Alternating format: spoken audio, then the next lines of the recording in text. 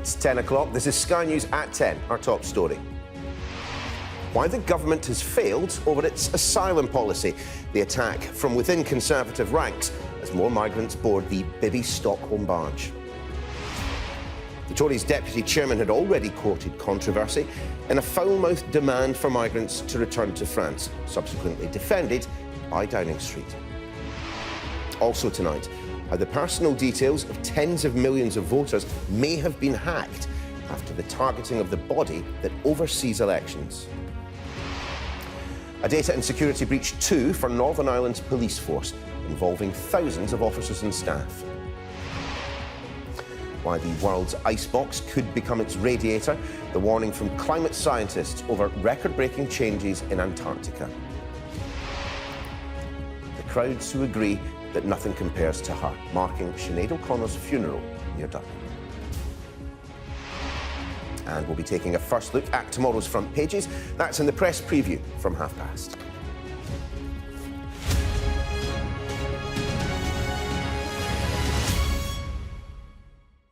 Evening all. Downing Street has defended the Conservatives' deputy chairman today after he said, and I quote, that migrants who don't like barges should F off back to France. It will be interesting to see if they defend him after tonight. After Lee Anderson said the government had told voters it was going to fix migration policy, but in his words, had failed. He was speaking as a continuing trickle of migrants were transported to the Bibby Stockholm barge in Dorset. But more, including one we spoke to in nearby Bournemouth, are avoiding being transferred with the help of lawyers.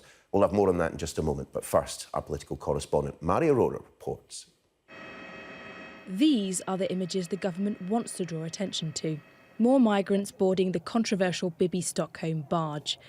But undermining that image is Conservative Deputy Chairman Lee Anderson, resisting calls to apologise for saying to migrants refusing to board the barge, in his own unpolished style, if they don't like barges, then they should F off back to France.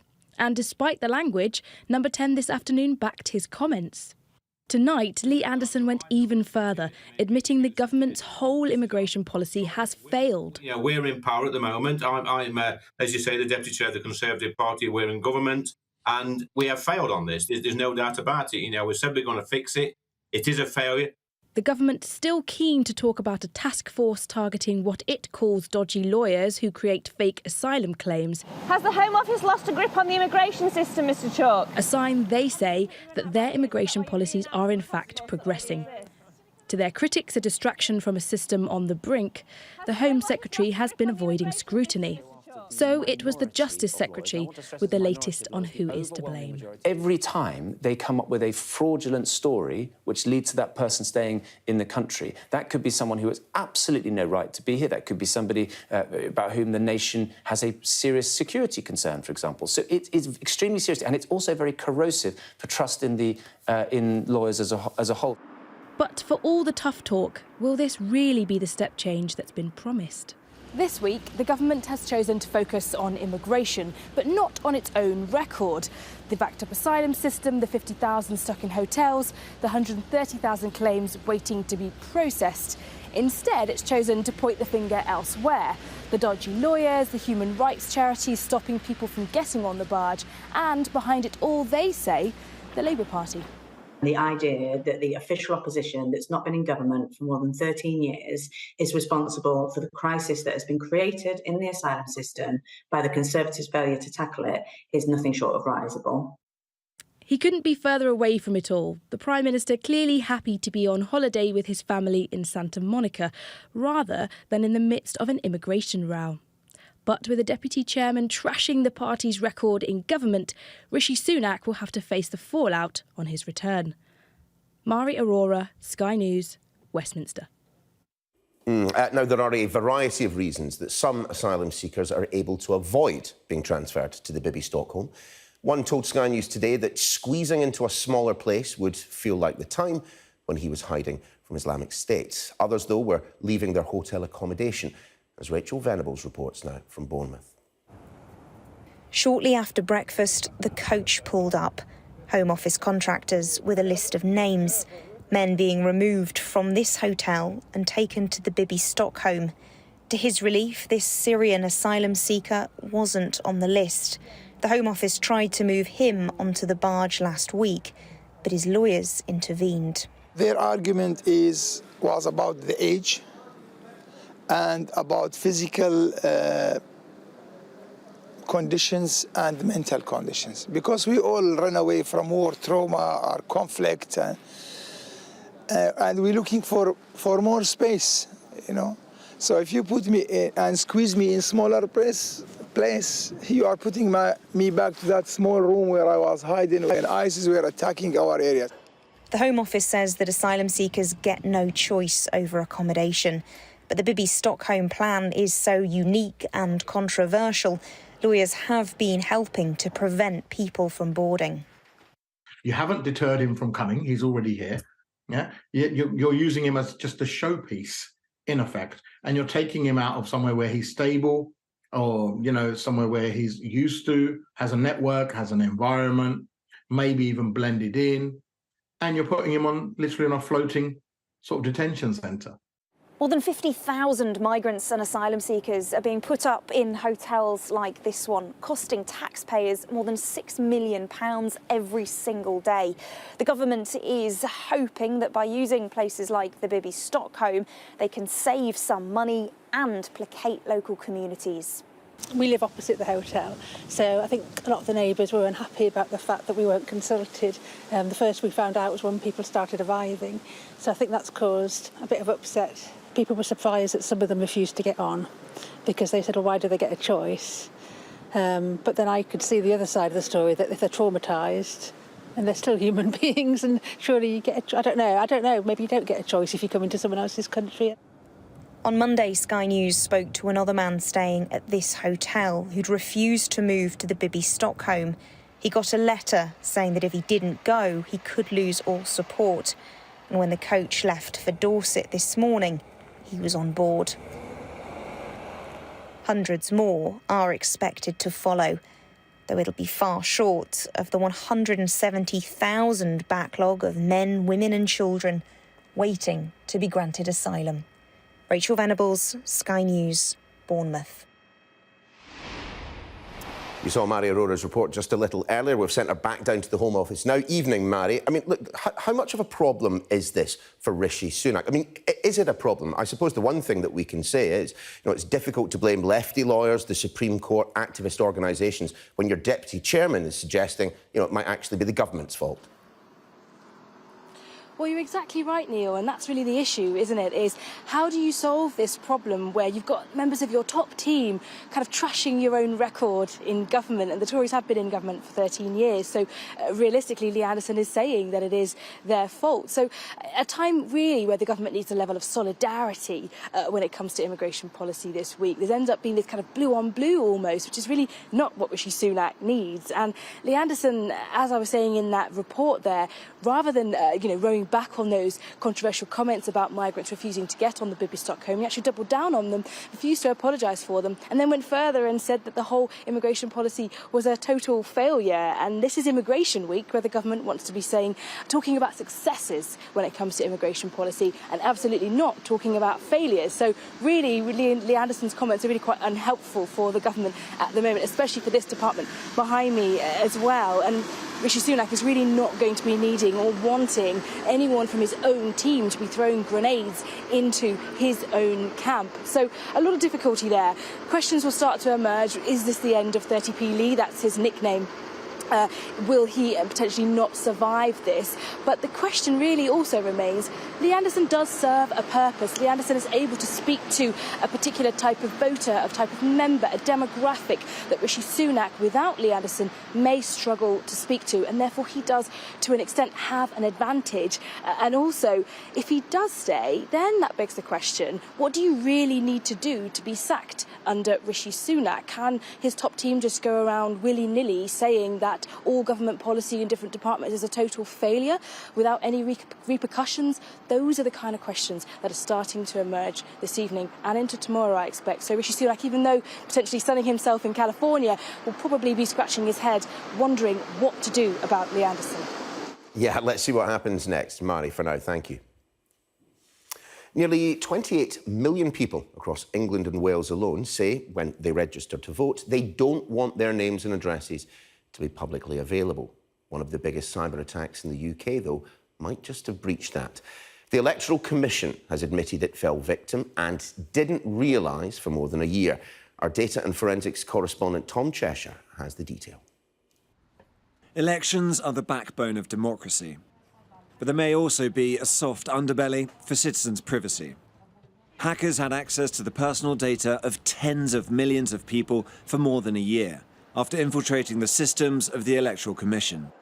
The Electoral Commission announced has been the subject of a cyber attack, highlighting that the UK's democratic process, its institutions and its data remain a target for hostile actors online.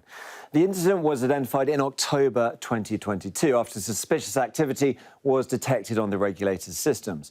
But it became clear that hostile actors had first accessed the systems in August 2021, meaning they went undetected with access to millions of records for more than a year. Now, the electoral registers include the name and home address of those who registered to vote between 2014 and 2022. And this is the sort of data held by the Commission and accessible to the hackers. Names, email addresses, home addresses, telephone numbers, as well as any other personal information sent to the Commission. And we're talking huge numbers here. 43 million total electors in 2021, the year when the hackers gained access in England and Wales. We've excluded Scotland and Northern Ireland so that we can make accurate comparisons. Now, the Electoral Commission has pointed out that if you're on the open electoral register, your name and home address is already publicly accessible, perhaps trying to allay some fears. But lots of people opt out of the open register. Lots, nearly 28 million for England and Wales in the same year, according to the ONS data. But their personal information was still accessible to hackers, even though they opted out. And so far, we haven't seen that information published. There's no guarantee it won't be. We need to think about what future attacks might come and think how best we can make ourselves resilient to that. And to do that, we work very closely with the National Cybersecurity Centre, who are our national experts in this field. And we work to make sure that we've got experts who are slightly better than the experts on the other side trying to attack us. The Electoral Commission said it doesn't know who's behind the attack, but it assured the public there's been no impact on the security of UK elections. That's partly because key aspects of the democratic process remain based on paper documentation and counting. The analogue approach apparently safer in a digital world. Tom Cheshire, Sky News. Police officers and staff in Northern Ireland have also been victims of a data breach, its police service revealed tonight. The PSNI's Assistant Chief Constable apologised to them, saying the release was down to human error, but also saying it was unacceptable.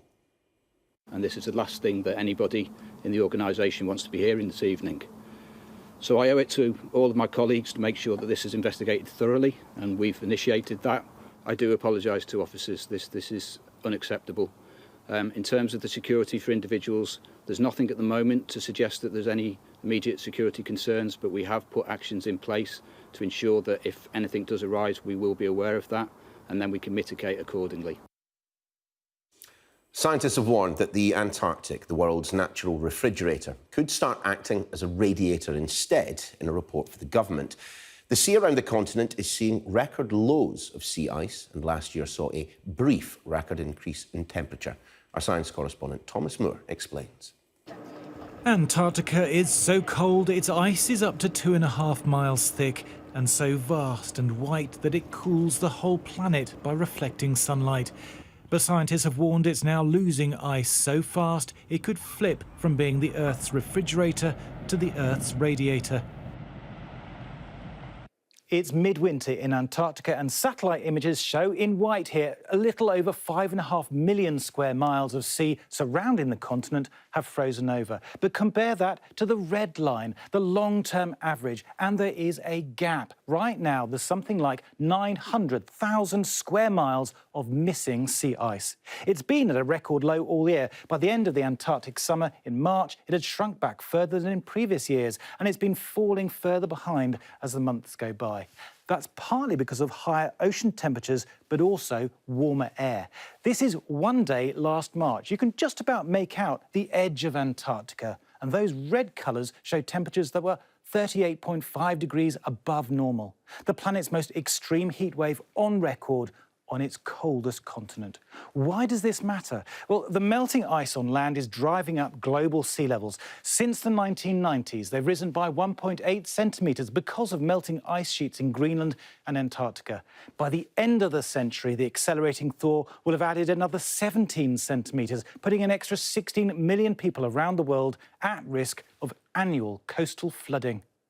If we don't get to net zero by mid-century, the sorts of things that we're starting to see in Antarctica now will probably pale into insignificance for the future things that might happen in the future. So we're really concerned that what we're seeing now is a start of many worse things to happen in Antarctica, and that would be a tragedy both for the continent but for the rest of the planet. Antarctica has been shielded from global warming until recently by a strong vortex of winds spinning high in the atmosphere.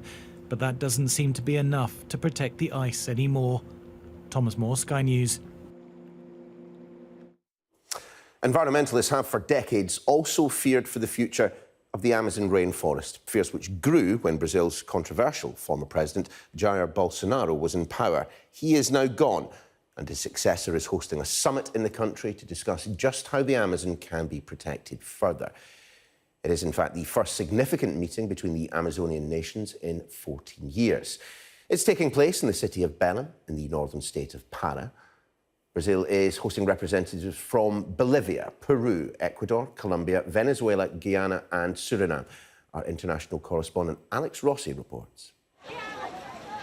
There is much riding on this summit, and a protest by indigenous groups outside was wanting to focus minds on what is at stake.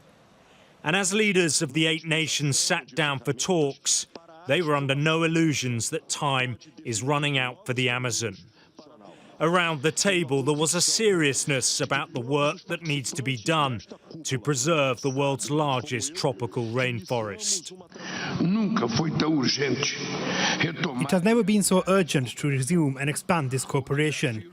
The challenges of our age and the opportunities that arise demand joint action. The Amazon is known as the lungs of the world. More than half the size of Europe, this expanse of green helps absorb carbon dioxide, which is driving the climate crisis. But years of deforestation, which surged under the presidency of Jair Bolsonaro, threatens that equilibrium. President Lula is now hoping to unite the 8 rainforest nations to reverse the damage and preserve the forest. He wants deforestation reduced to 0 by 2030. We are getting very close to the tipping point. If we exceeded 20-25% of all the Amazon forest clear, probably we exceed. There is no way to come back. Irreversible. There are, of course, other issues. Brazil is weighing up whether to drill for oil at the mouth of the Amazon River. Security, development and the protection of indigenous groups are also areas of possible disunity. What happens at this summit, then, is of huge significance not just for the region but for the world. An agreement to forge common policy to preserve and protect this critical ecosystem. Alex Rossi, Sky News. The judge in the trial of a nurse accused of murdering babies in her care has told the jury that he will accept majority verdicts. Lucy Letby is accused of murdering 7 babies and attempting to murder 10 others at the Countess of Chester Hospital's neonatal unit between June 2015 and June 2016. The 33-year-old denies all the charges against her. Chelsea Football Club are being investigated by the Premier League for potential financial rule breaches during Roman Abramovich's ownership of the club. The US-led consortium, which owns Chelsea, reported the club itself to UEFA and the Premier League after their takeover last summer. If found guilty of rule breaches, sanctions could include a fine or a points deduction. A man has been remanded in custody after appearing in court charged over the death of a 12-year-old boy. Callum Rycroft was hit by a car while walking on the M62 near Leeds on Saturday night. Matthew Rycroft, who's 36, is accused of causing or allowing the death of a child. Police in Alabama have launched an investigation into a riverfront mass brawl, which has sparked viral video on social media. Initial footage shows a group of white people attacking a black riverboat worker before the fight erupts into a mass brawl. Police in the state's capital, Montgomery, have issued 4 arrest warrants following the incident.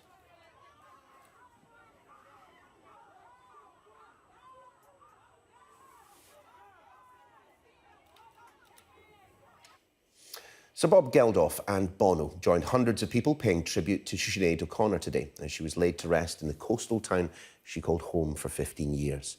Fans from across Ireland and indeed further afield travelled to Bray near Dublin. Our senior Ireland correspondent David Blevins was also there. Coming home one final time. It was a colourful tribute to a colourful life. Sinead O'Connor's fans had travelled some distance to express their gratitude. I flew from San Francisco to say goodbye to somebody that made such an impact in my development as a woman and as a singer. So I've been a big fan, and so I said, I have to be here today for this special day. Oh, she'll be remembered as a fighter and, of course, as well as a fantastic singer, musician. Her voice will never be forgotten, will it? It's been 7 hours and 15 days. Propelled to stardom in 1990, she released 10 studio albums, channeling her difficult life experience into a force for good. She was a global icon, but here in this coastal community, Sinead O'Connor was just one of them, an unassuming neighbour with the kindest of hearts.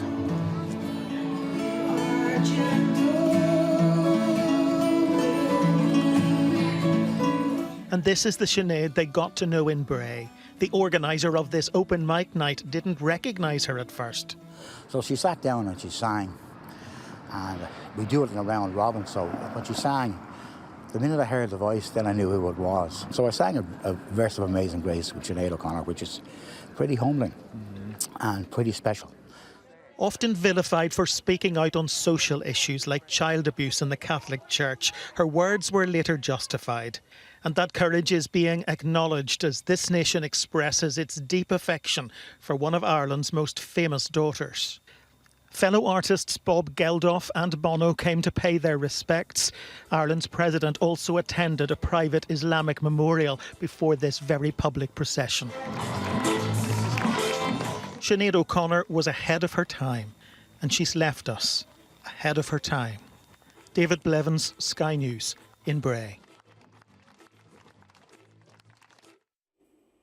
Now, it wasn't just the weather which disappointed in July. The unseasonably wet spell also rained on retail sales. The tough time being felt on the high street will be all too familiar for thousands of workers at the discount chain Wilko, which said last week it could slip into administration. The Sky News learned today a rescue could still materialise. Our business correspondent, Gurpreet Narwan, has the story. The summer ranges are on the shelves, but July was a damp squib on the high street. Wet weather kept shoppers at home, to the dismay of shops like this one in Leeds, which are already struggling to shift stock. We know if it's a wet day, generally the sales will be down massively because people don't want to come and sort of traipse out into the wet weather. So we're not getting as many people through the door.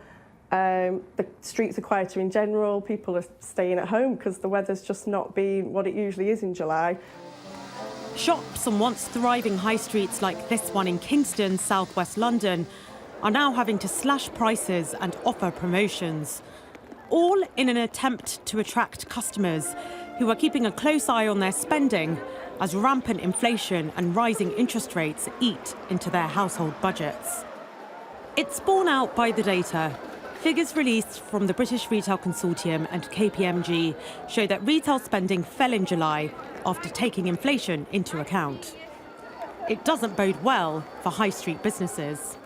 A bout of bad weather is just one of many problems facing retailers like Wilko, which has been a staple on the high street for generations, but is now facing collapse. The rise of online shopping, rising rents, and most recently a cost of living crisis are all conspiring against high street retailers.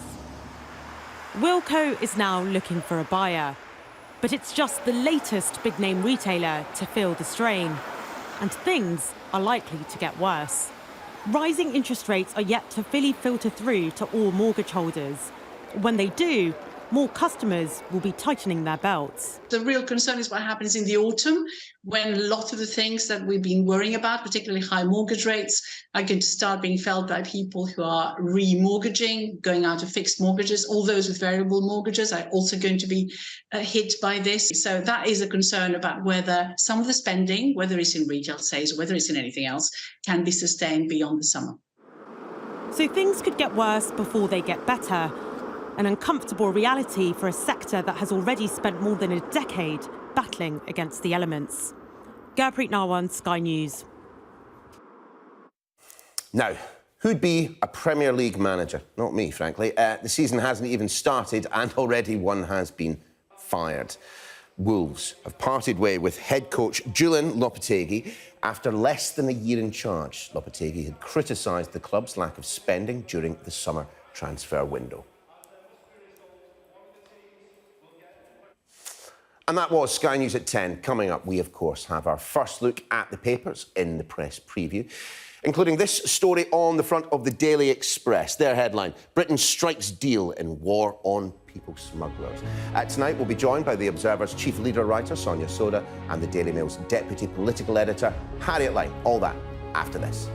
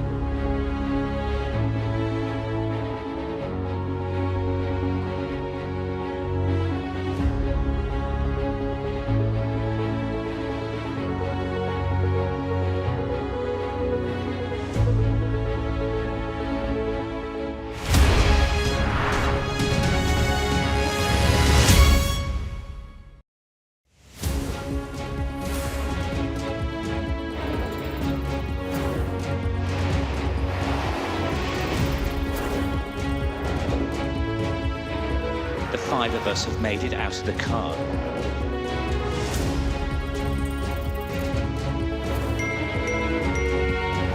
Welcome to Backstage, the film and TV podcast.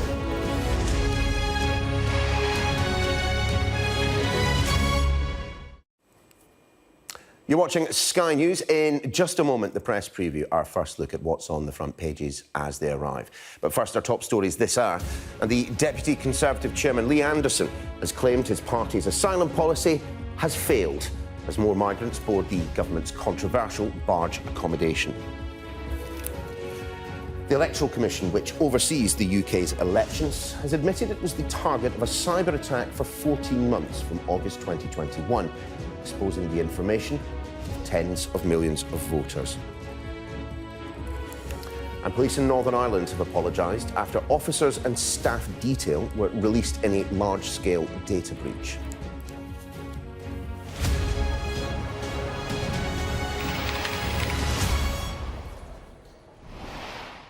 It is, of course, time for the press preview, our first look at the front pages as they arrive. Time to see what's making the headlines with the Observer's chief leader writer, Sonia Soda, and the Daily Mail's deputy political editor, Harriet Line. Both of them with us from now until just before midnight. But before we turn to them, let's take a quick look at the front pages that we have. And we begin with the Express. Britain strikes deal in war on people smugglers, reads their front page. It's been taking a look at the UK's partnership with Turkey to tackle small boat channel crossings.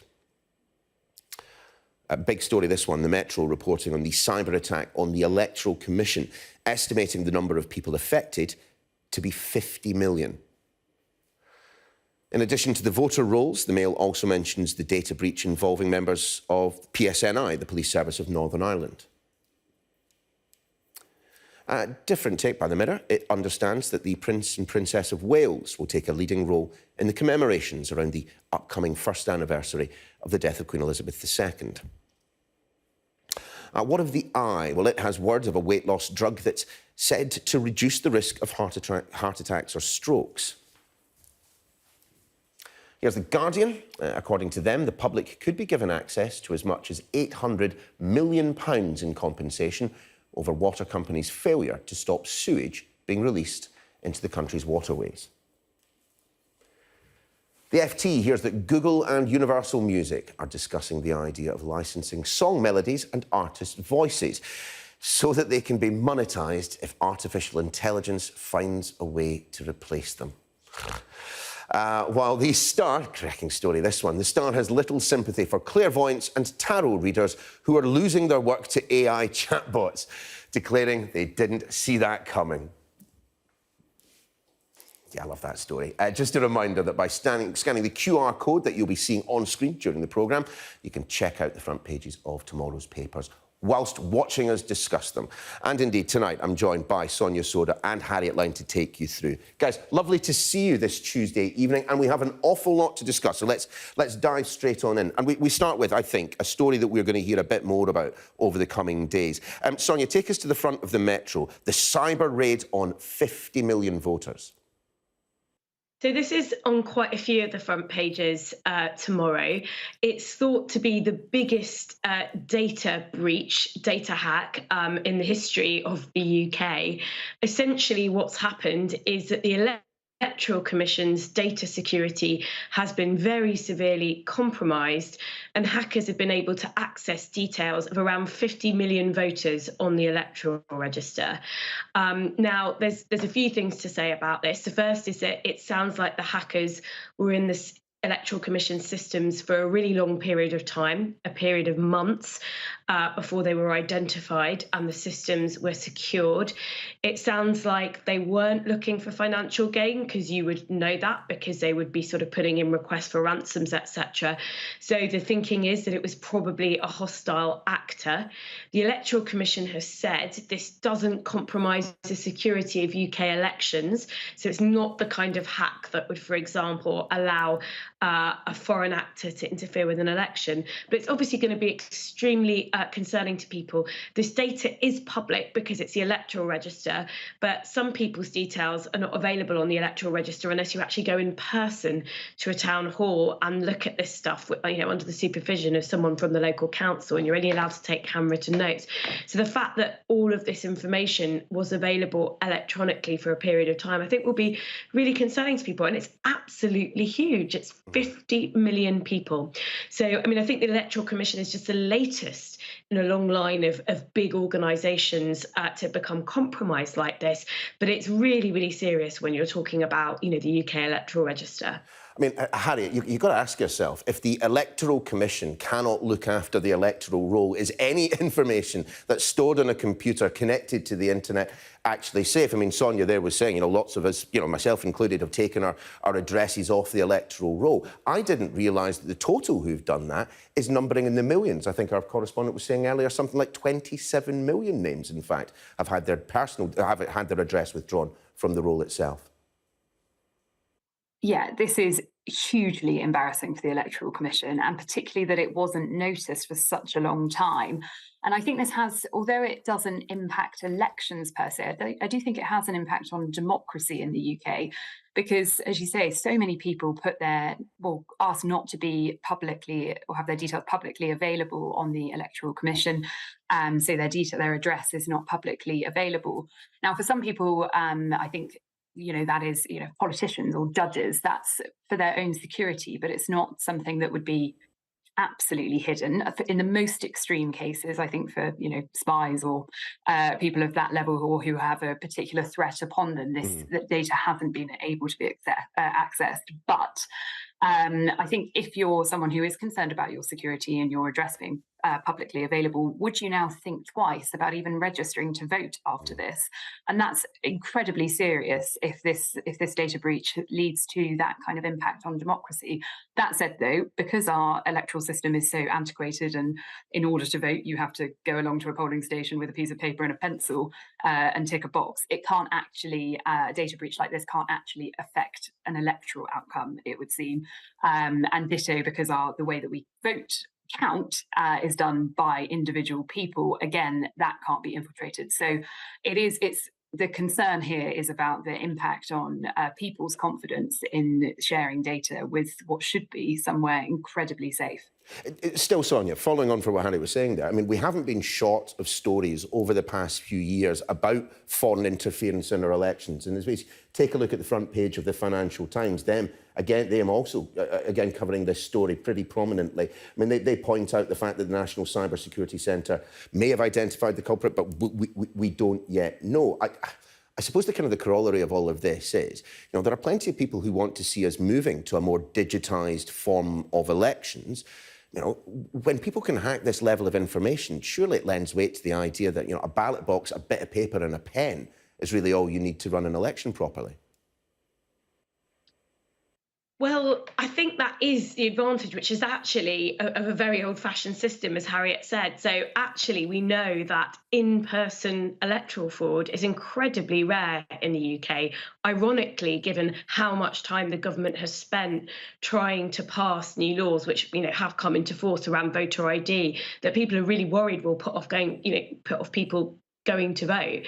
But actually, in-person electoral fraud it's almost impossible to carry off, because the number of votes you would need to affect to swing an election, you just can't commit that fraud in person, because you literally have to go vote in person, and it would be obvious so quickly if someone was trying to sort of commit fraud, because some people would have already voted.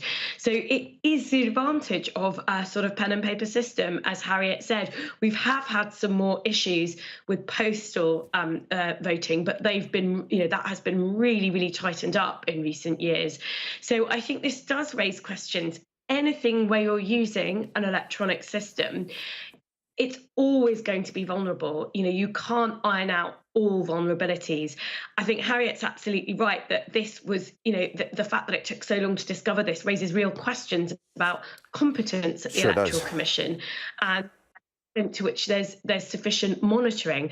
But I'm not sure that there is. I think if you speak to security experts, that you can take measures And, you can say to your staff, don't click on phishing links, for example. I mean, one of the difficult things for major corporations of thousands of people is that one person clicking on a phishing link in an email can compromise the security of your system. So there's a certain degree of human error involved here as well. So I think most security experts would say no digital system is 100% secure. It's always going to be a bit vulnerable to hacking. And I think you're right, that does raise questions about the security of digital voting. But of course, Harriet, as the story in the front of your paper, the Daily Mail, points out, actually sometimes you don't even need hackers for there to be a sizable data breach. Again, we're waiting to hear a bit more detail about what has happened in Northern Ireland. But the suggestion is a freedom of information request came back with perhaps slightly more information than anyone had ever intended or indeed asked for in the first place. Yeah, these are two very different data breaches, both extremely serious. But yes, it seems as though the issue in Northern Ireland was human error and somebody accidentally publishing sort of unredacted details online for a couple of hours. At least in this instance, it was dealt with pretty swiftly.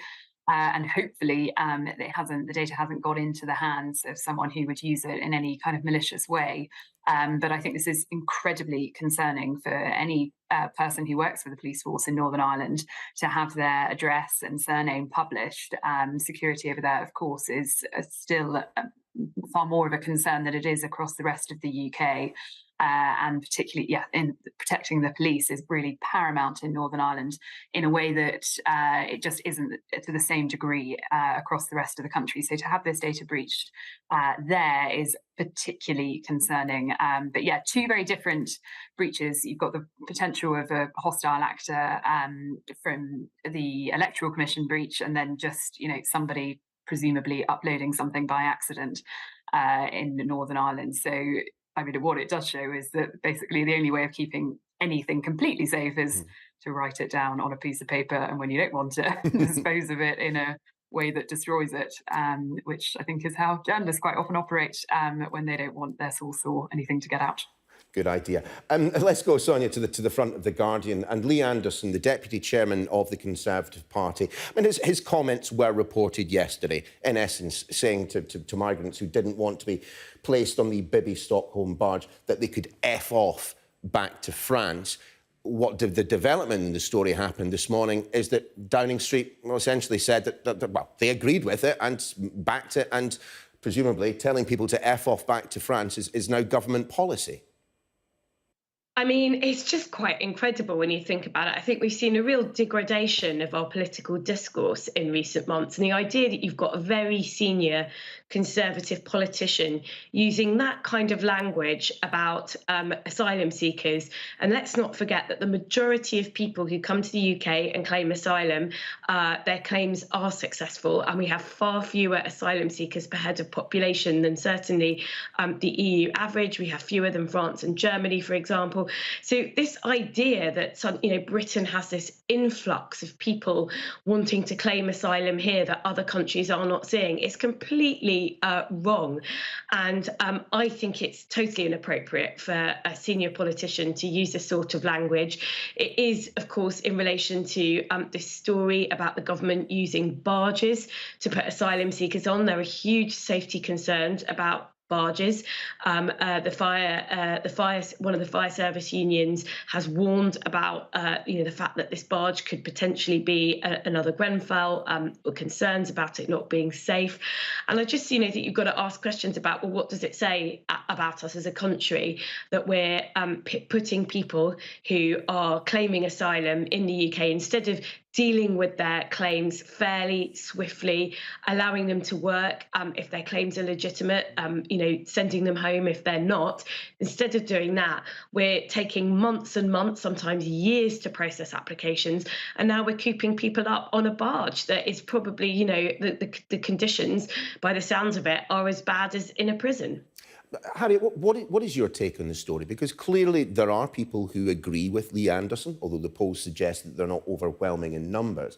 I mean, the one bit of detail that's come out this evening, which presumably The Guardian haven't yet been able to include, is, of course, Lee Anderson appearing on GB News, telling everyone that his party, his government, of which, the party of which he is deputy chairman, has failed on this particular issue. Yeah, well, I think Downing Street's view today was that while his language, might have been inappropriate to use an expletive, that his comments that people should F off back to France might well strike a chord with the voters, or certainly Conservative voters, who feel that it's not appropriate for asylum seekers to effectively be picking and choosing, in the government's view, between different types of accommodation when they are, as they say, desperate individuals. But of course, his language is inflammatory. Lee Anderson is famously outspoken. But what I think will be concerning Number 10 much more this evening is not this row over that F word, it's his use of the word failure in government policy. He is the deputy chairman of the Conservative Party. Having him speaking on the TV talking about failure of a government policy to tackle migration when they've been in office for 13 years is not at all a helpful look for them. The Prime Minister's pledging to stop the boats by the end of the year. That's an incredibly ambitious target. It looks pretty unlikely when you look at the numbers that are still coming over the channel. But to describe it as a failed policy by a senior member of the party is, I think, going to lead to some pretty cross words tomorrow morning. I suspect so. And I also suspect that is a story we may well return to in the 11 o'clock hour. But grab a breather for now, guys. After the break, we will be discussing this story. Could the public be entitled to hundreds of millions of pounds in compensation for the sewage released into Britain's waterways? That's what we're discussing next.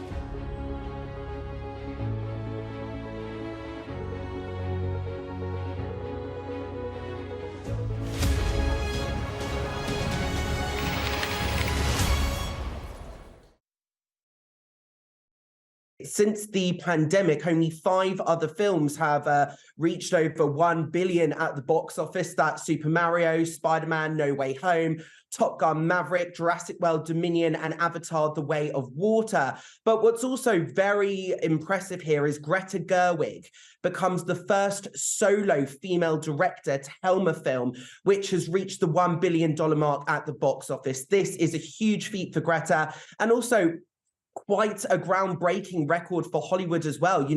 This film, it's had a huge cast. It had the likes of Margot Robbie and Ryan Gosling, but it also had a unique marketing strategy behind it. We saw a real-life Barbie dream house being built. We saw a pink TARDIS, and we had the huge brand of Barbie the toy and Mattel behind it, meaning this huge combination of these huge brands combined with this unique marketing strategy made the film transcend into the pop culture zeitgeist, effectively making it a phenomenon. I think this film has shown that there is still very much a demand for cinema.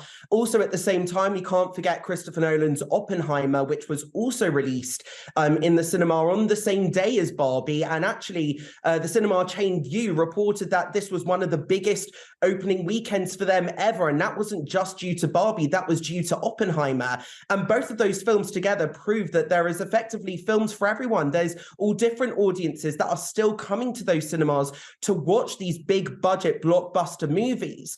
I think the studios are very much still investing in the big budget blockbuster movies. However, it's fair to say that also I think they're going to struggle within the upcoming year due to the writers' strike and also the Screen Actors Guild, the SAG-AFTRA strike as well, because this will cause delays for some of these movie releases as well. But I think Barbie does prove that, yes, there is still very much a demand and still very much a future for cinema.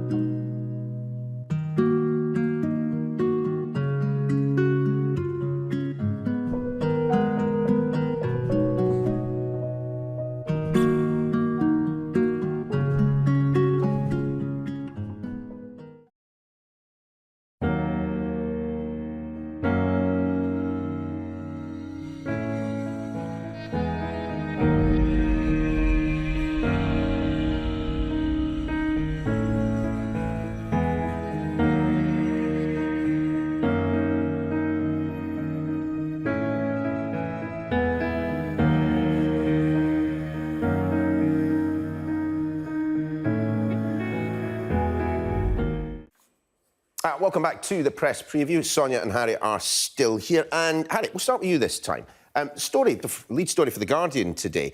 The water companies might actually be getting a kicking for once over them over and over and over again dumping raw sewage into our rivers. Yeah, so this is 6 water companies who are facing legal action over under-reporting of pollution and overcharging customers. That legal action could be worth £800 million. They could be forced to pay out to 20 million customers. I mean, this is an incredibly sort of emotive issue, actually. So many people feel deeply about the water quality. So many people, particularly, I think, after the pandemic, are into wild swimming and swimming locally, be that in a local river or lake or on the beach. And there's been an incredible effort at highlighting the awful sort of scour of how much sewage is dumped out when you have high rainfall, or frankly, for pretty thin excuses by water companies, and dumping out raw sewage into our seas and rivers, damaging the environment, but also really damaging it for people wanting to swim. And I think that was exemplified with the triathlon over the weekend, where I think something like 50 triathletes fell ill after swimming in water that was polluted with sewage. And that just shows how dangerous it can be for this to happen, but also how widespread it is. And so, yeah, this is potentially great news for customers if this legal action comes off, and pretty bad news for the water companies. Yeah, and a quick shout out to Fergal Sharkey. Fergal Sharkey, of all people, one of those who have really been leading the charge on sorting out what has been happening to our waterways up and down the country. But I want to change direction with you, Sonia, and to take us to the front of the Financial Times.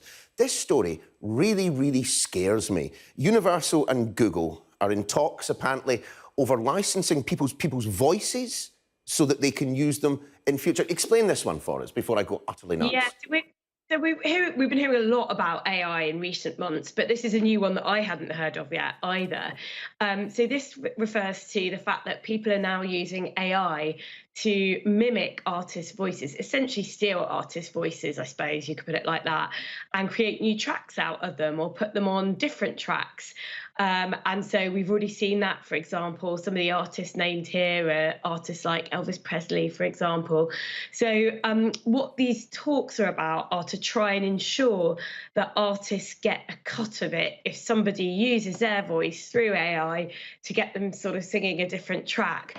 And I guess that's better than the alternative, which is that they don't get anything at all. But I imagine if you're an artist, the thought of somebody basically mimicking your voice using deep fake technology to create another track, I mean, oh gosh, that feels like a total loss of control. So in this story, the journalist has compared it to when YouTube sort of first came around, when people were using other people's music as backing tracks for their YouTube videos, and then a settlement was negotiated for music artists, so they got some cut of that. And this is being compared to that, and you can see why it's better than nothing. But I mean, it is. I have to say, I mean, it's not an issue for me. I can't really sing. But if I could, I'd be a bit worried about it, I think. Well, what about you, Harriet? I mean, as the front of the Daily Star reveals, it's not just Taylor Swift who needs to be worried. It's, it's Russell Grant and Mystic Megs of this world as well. Tarot readers and fortune tellers can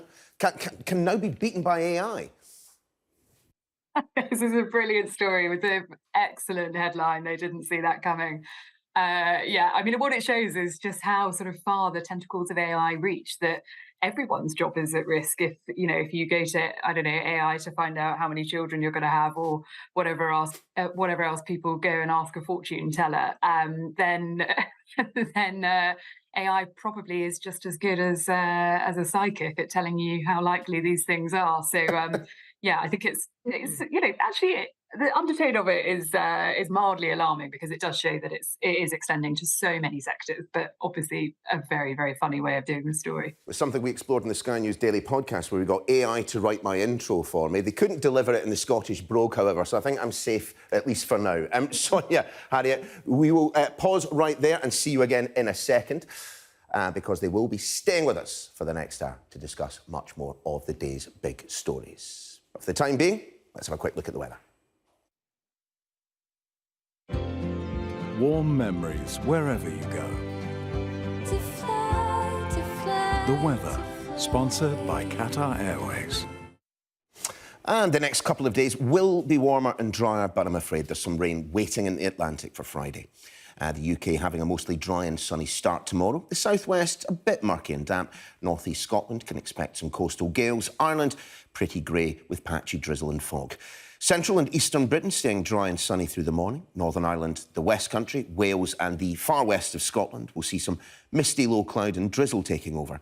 Ireland, again, looking rather murky and damp too, but the southwest will brighten up. It's going to be quite warm for most of us, still pretty chilly in the very windy northeast.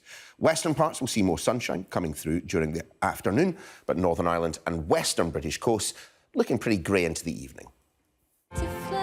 The weather, sponsored by Qatar Airways. Coming up next on Sky News at 11, our extended news review and press preview as Deputy Conservative Chairman Lee Anderson brands his own party's asylum policy a failure.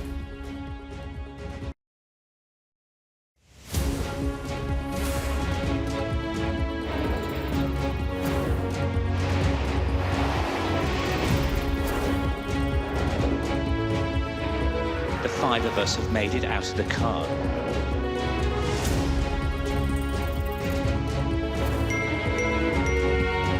Welcome to Backstage, the film and TV podcast.